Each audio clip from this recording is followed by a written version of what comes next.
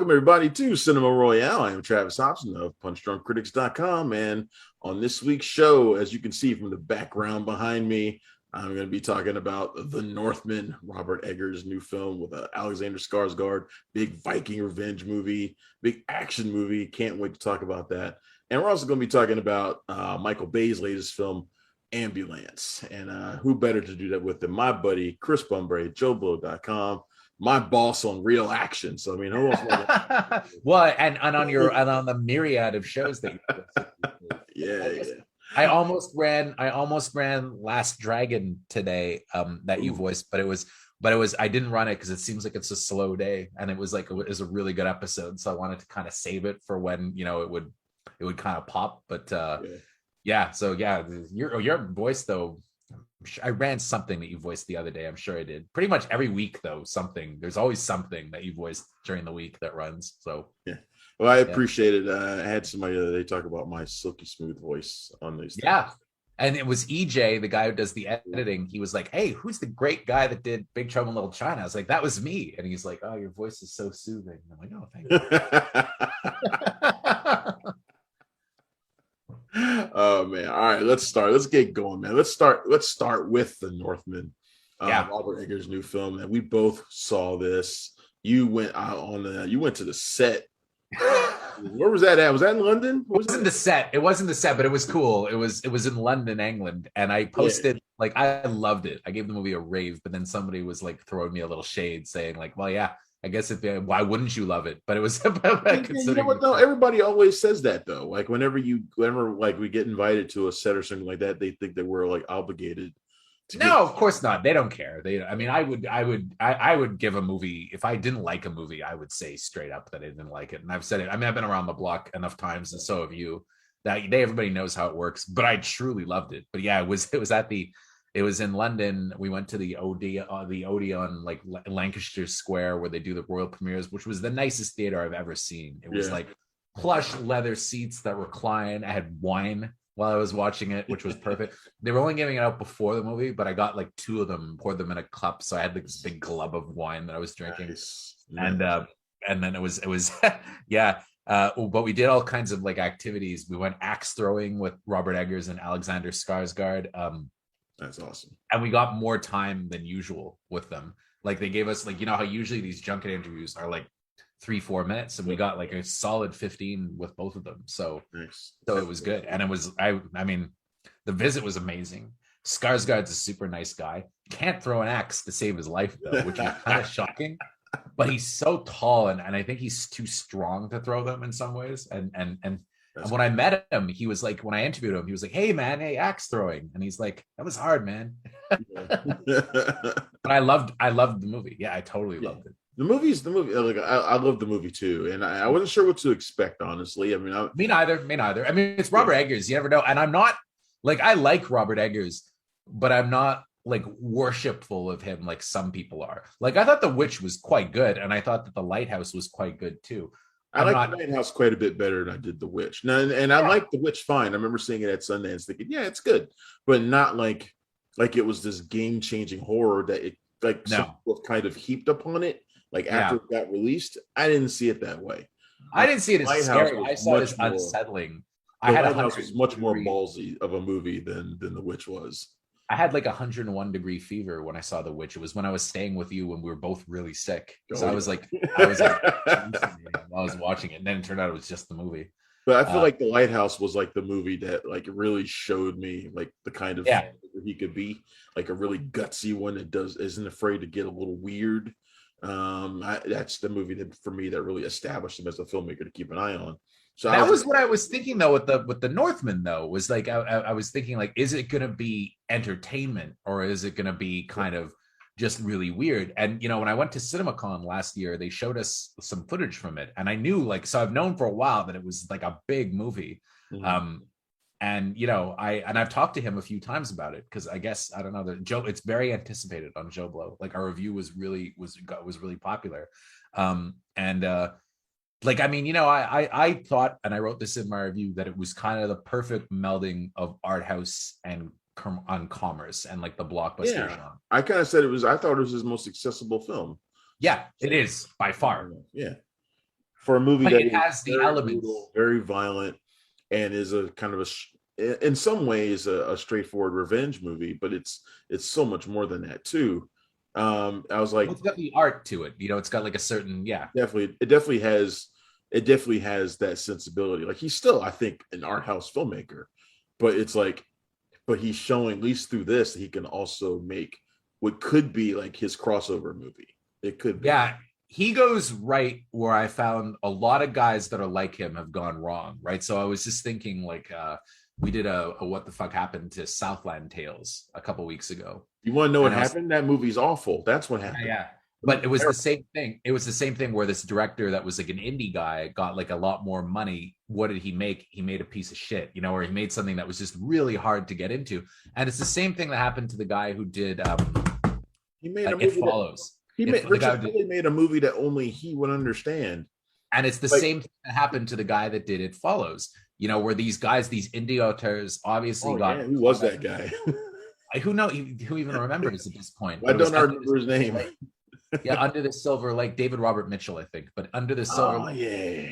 They made these movies that were so niche and not accessible, yet they got a ton of money to do it. And when Eggers got it, though, he made a movie that people want to see, and that you can get into, and that has all the elements, but at the same time is probably the most. I mean, I would assume the most realistic Viking movie ever made. They had historians that were on that were at the premiere, and they were saying, no, this is legitimately realistic, whereas the show Vikings is more kind of like a music video. They said this is kind of what, as far as anybody knows, this is probably the most realistic Viking movie that you could make. And for those who don't know about the Northman, it's based on the Nordic legend of Amleth, and which a story that was very influential in Shakespeare's Hamlet. In case you don't know that, and it's basically about a boy who witnesses a tragedy with his own home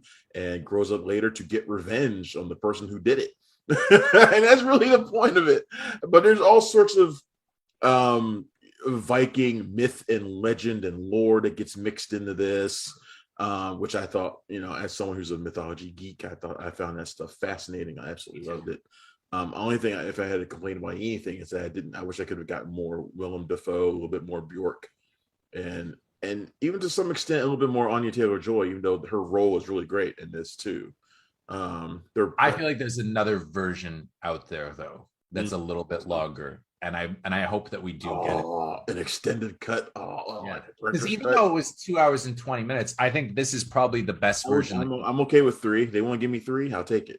I think he's smart releasing this one in theaters, though. This cut in theaters. I think it's accessible. And I think that if you're a geek for the movie like we were, maybe the deep dive version, bring it out next year and it's a half hour longer, kind of like what Ari Aster did with Midsommar. And I would totally go for it, and I think it would probably be amazing. I want them to re-release this movie so bad later in the year with some added footage or something. I think that'd be great. I was trying to think of another Viking movie that I liked that made me feel something, and the only one I could think of was Valhalla Rising. Yeah, the one that Eggers kept mentioning was the Vikings with like Kirk Douglas and Tony Curtis from the 50s, which is of its era is pretty good. But it's not, they couldn't do what they do now. And I think Skarsgård, it's his his defining role for me, and it's a role that he wanted to play and that only he could play in some ways. And and it's very kind of he's got kind of the bloodline for it. He should play it. Sure. And his brother's on Vikings, and it's funny. The director said he was also very influenced by Conan the Barbarian, and you could feel that a lot in this movie, like quite a bit. It's a great. At first, I wasn't crazy about Kidman in the role. Like, she was the only one that kind of didn't really fit in for me. But then it got better as it went on. But if I was to say like the one person in the cast that didn't 100% sell me, like I almost would have preferred like a Scandinavian actress. Almost felt too big for this movie. Like yes. Like, like you see Nicole Kidman, I think of a certain kind of thing. And I was like, she feels out of place because she's just so Nicole Kidman. Yeah. I think she's a great actress, but I think that, they could have gone for like an unknown, actress from Scandinavia. I would have liked to have seen like S.C. Davis or somebody play that role, or somebody else, I think you're right. I think that might have been Yeah. It might have been better, but she was still good in it. Still good. Especially as that role changes, because it becomes something very different than it starts out. And I liked Claes Bang a lot. I didn't recognize him until nearly the end. Like, I honestly didn't know that it was even him. I forgot that he was in the movie, and I forgot he was that damn big. Yeah, that's why they cast him specifically, because he's like 6'5" or 6'6", and Skarsgård is about 6'3". I took a photo next to him. I'm 6'2", and he's a bit taller than me. But he was wearing a big hat, so I'm not under yet. But he was like, it was kind of you're taller than me, aren't you? You're like just a bit, yeah. I'm about 6'3". I'm a little bit taller. Yeah. So you're probably about his height. We've had that standoff before. Yeah. You're probably. I know. I always kind of like, that's the obsessive thing when you're a tall guy. It's like, is he taller than me? Like, no respect. But it's like, but anyway, it was kind of cool though. Like, Claes Bang is like 10 years older than Skarsgård. He's in his 50s, but guy got into shape for the part. And I was talking to Eggers, and he said that he really threw himself into the role, like really worked out just as much as Skarsgård did, and you can tell. Yeah. Everybody. And Anya Taylor. Good. And Anya Taylor-Joy's great too. Yeah. Oh yeah. Yeah. Like a compliment to her role in The Witch, but like a more like a good version in a way. Yeah. And that's another role that becomes more significant than I think you think it's going to be in the beginning. Yeah. But yeah, this movie's fantastic, and I liked Ethan Hawke and the time that we got with him. Great score. Yeah. What do you think of some of the? What do you think of some of the violence? Do you think the violence is going to be too over the top for people? No, I think a couple scenes that are like, whoa, okay. I don't know. I feel like people are used to it now, though. We're kind of desensitized, I think. I mean, if you watch Game of Thrones was probably more violent than this movie in any given episode. We are so desensitized because of watching the stuff on HBO and on TV. I think it takes a lot in terms of violence to shock people, unless it's directed against. There's one scene that I think is going to probably shock people. It's kind of a scene that's lifted from this movie, Come and See, where it's the end of the Berserker raid. You probably know what I'm talking about. Like, I think that might shock people a bit, but I don't think like people getting their noses hacked off is going to do it that badly. Yeah, I agree. But I love the action design. I love the fight between him and the mountain from. Oh yeah. That what they're playing us was sort of a sport. At that point, yeah. And the guy, like Eggers told me, it translates as like ball stick or something like that. It's a real game. The whole point of it was just to beat the shit out of the guy you're against. Basically, it's kind of like a rugby game where they're like, screw the scoring part. Let's just like be. Who even cares at a certain point? Yeah, it's like whoever's standing like wins, basically. Yeah. No, I think the production design on this is fantastic. There's so much about it. The music is great. The score is amazing. There's so much about this movie that I like. That's why I really want them to re-release it. Yeah, I want to see it again. It's almost too much to take in the first time. It's second for sure when it comes out. Laura really wants to see it because she likes Skarsgård. I have a friend who wants to see it for the very same reason. So. Yeah, she likes the director. Likes the director a lot too, though. She loved The Witch, and she calls our cat Philip, and she loved the Northman, not the Northman, the Lighthouse. So we're gonna go see it. I'm gonna take an edible to go see it. She's not going to because the score, the audio is gonna scare the crap out of her. She's very sensitive to that kind of thing. Like I took her to see 2001 on IMAX. Ooh. And she said afterwards, she thought she was white. She said it was the most terrifying movie she's ever seen in her life, just because of the audio. Wow. And so she's gonna be. She sounds like a blast to go to movies with. She's gonna be like the Northman is gonna be a hallucinatory nightmare for her that she'll probably enjoy, but she's not gonna take an edible like I will. Yeah. But I'm gonna be like, hey man, this movie's great. Let's talk about another sensory experience, and that is Michael Bay's Ambulance. I saw it last Sunday. Yeah, look, I don't know about you, I have kind of missed a certain kind of Michael Bay movie. Like I watch the Transformers movies. Like I hate them all. I'm the biggest Transformers movie person in the world. I have a Transformers tattoo on my arm. I love Transformers. Those movies aren't Transformers to me. I'm not going to go through that conversation. But they don't. I agree with you though. I agree. I didn't like any of them either. I kind of like the first one, but didn't like any of the others. They don't feel like Michael Bay movies to me. Yeah. And I know they're big movies and there's a lot of action and stuff like that. But Michael Bay, that's not what I think of when I think of Michael Bay. Ambulance is more like what I think of when I think of Michael Bay. And even that movie he did for Netflix a couple years ago, I was like, ugh. this doesn't feel quite right either. This was more like my jam. It's Me too. just a like a 2 hour long chase movie, lots of guns, lots of action, lots of crashes, people with big personalities. Jake Gyllenhaal hamming it up. Yahya Abdul-Mateen is fantastic. Eiza Gonzalez. This is more my speed. But what did you think of Ambulance? No, I loved it. I'd heard it was great. You know, when I was in London, all the journalists were all like, you know, like it's a pure Michael Bay movie, and if you like that kind of thing, you'll enjoy it. So as soon as I got back, I wanted to see it, and Laura wanted to see it too. She's a big Michael Bay fan too. So we went to see it last Sunday at this beautiful theater, and I loved it. I had a blast with it, like from beginning to end. You know, I mean, it was exactly the kind of movie I wanted. It was like an action movie from the year 2000, which I like. You know, and I miss those kinds of movies. You know, and I think it's pure Michael Bay. I think it's, for me, it's probably my favorite movie of his. I was thinking The Rock, maybe Bad Boys 2, because I do like Bad Boys 2 as well. I like the excess of it all. But you know, I loved Gyllenhaal having a great time. I really liked Not the Island. What? Yeah, not the Island. No. Although it's underrated. Why do I feel like the Island is? I often feel like I'm the only person who actually kind of likes the Island. It's underrated. But I liked Jake Gyllenhaal in this, was having a blast. Yahya Abdul-Mateen is great too. Eiza Gonzalez, I think it's probably her best role to date. But I liked even Garrett Dillahunt. I thought was great. I liked Michael Bay's dog.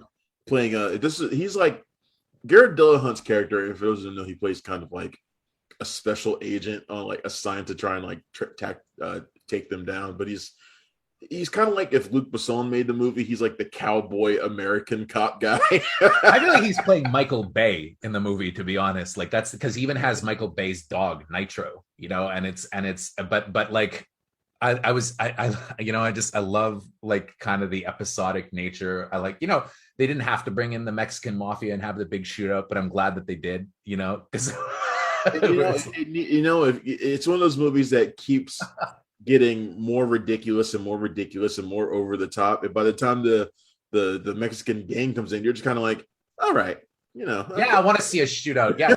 You're like, okay. I love it. You know, bring out the machine guns. They're holding these heavily armed Mexican gang in history with like a full plan to take out the entire police force, like all set up and ready to go. Oh, and then you got Jake Gyllenhaal and Yahya Abdul-Mateen just running around. It's slow-mo. And I love, you know, the slow-mo shots like at the end. And I like the part when they're listening to Christopher Cross sailing. That was funny. I love all that shit, you know, and I mean, I had such a good time with the movie, but what I kept thinking though when I was watching it is if it had been made 20 years ago, I feel like it would have been made slightly differently. It's interesting to see how things have changed since then. So I feel if it had been made 20 years ago, probably what the paramedic would have been the lead, and it probably would have been somebody like Nicolas Cage as the paramedic. I think the female role would have been the cop that's the guy's partner that wants revenge. That would have been the female role, and they would have like hooked up at some point. Probably at the end of the movie, they would have like walked off arm in arm, and Cage probably would have killed at least one of the two guys, and the two guys would have been evil. They wouldn't have been like somewhat likable. They would have been like psychos. Yeah, you know. And but I kind of like that they didn't make it as simplistic as that though, because they're like likable bad guys. Well, I mean, yeah, Abdul-Mateen's character is pretty much like a true blue hero kind of guy, but a lot of the away for a while though. He's the sympathetic one. Yeah, but he's not a good guy. You know, no. And most of the mistakes in the movie are his.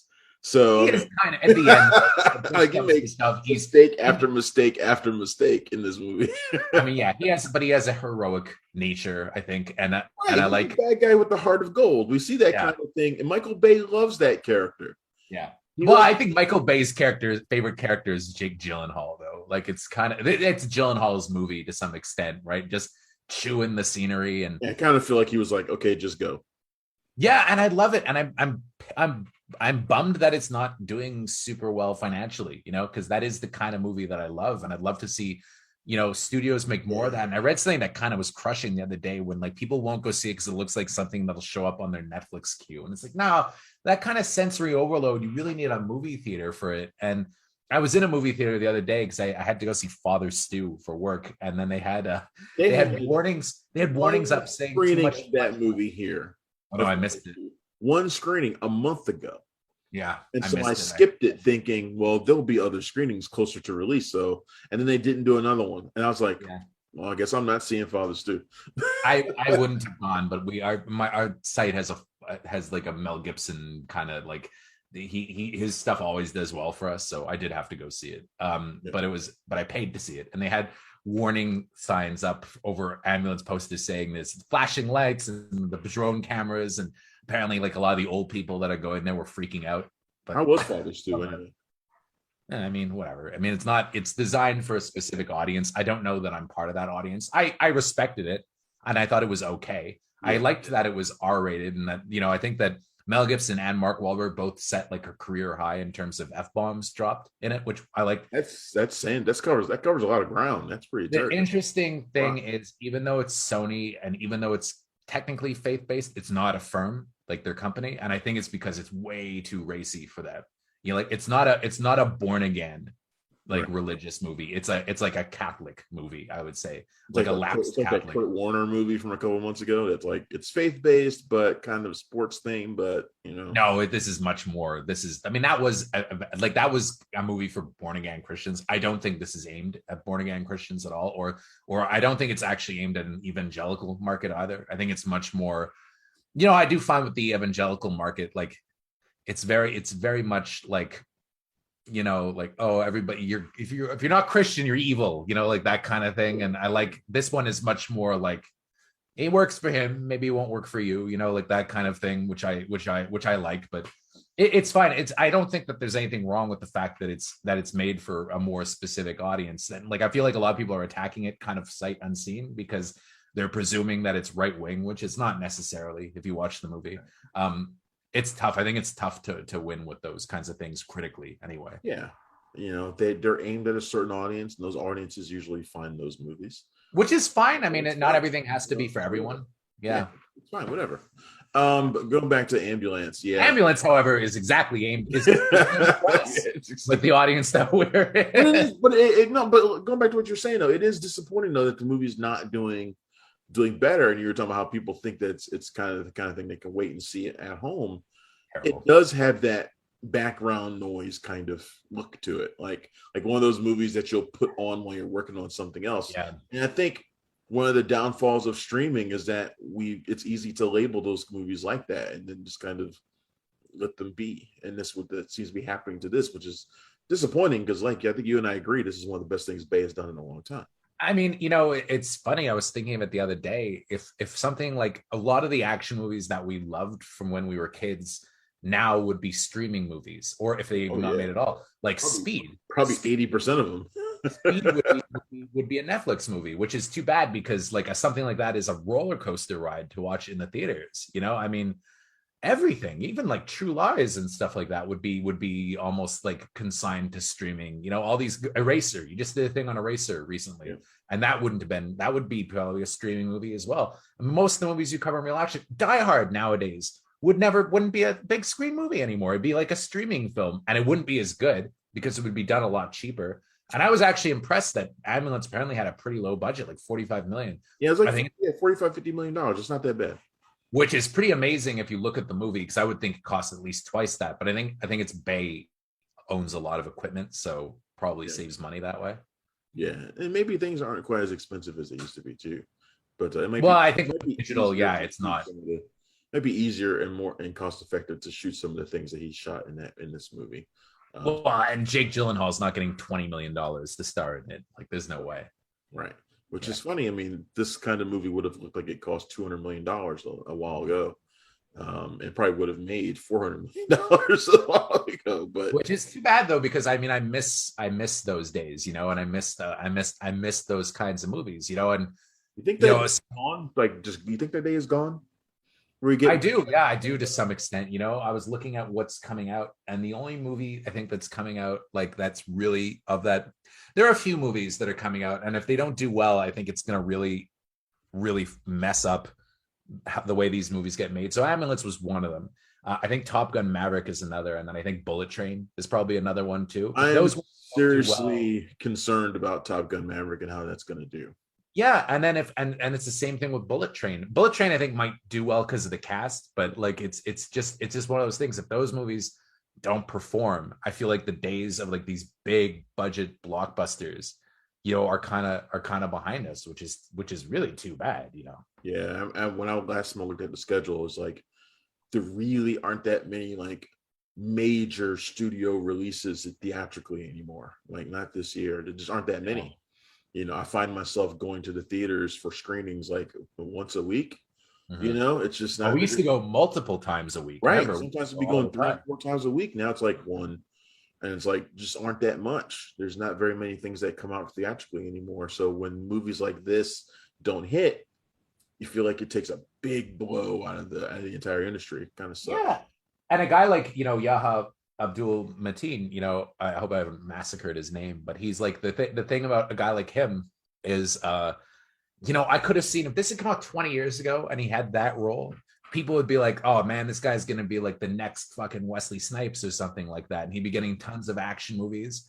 And now I feel like it's like in one ear out the other, like he's doing TV and stuff. And it's like, that's too bad. Because like people would have been really excited about, and Gyllenhaal too would have given him like a big boost. And I feel like it hasn't really done much for him with this. Yeah, it's funny. Gyllenhaal's kind of come out of both ends of this because, he had his blockbuster moment years ago where they tried to turn him into an A-list blockbuster star. It never worked. Didn't really take.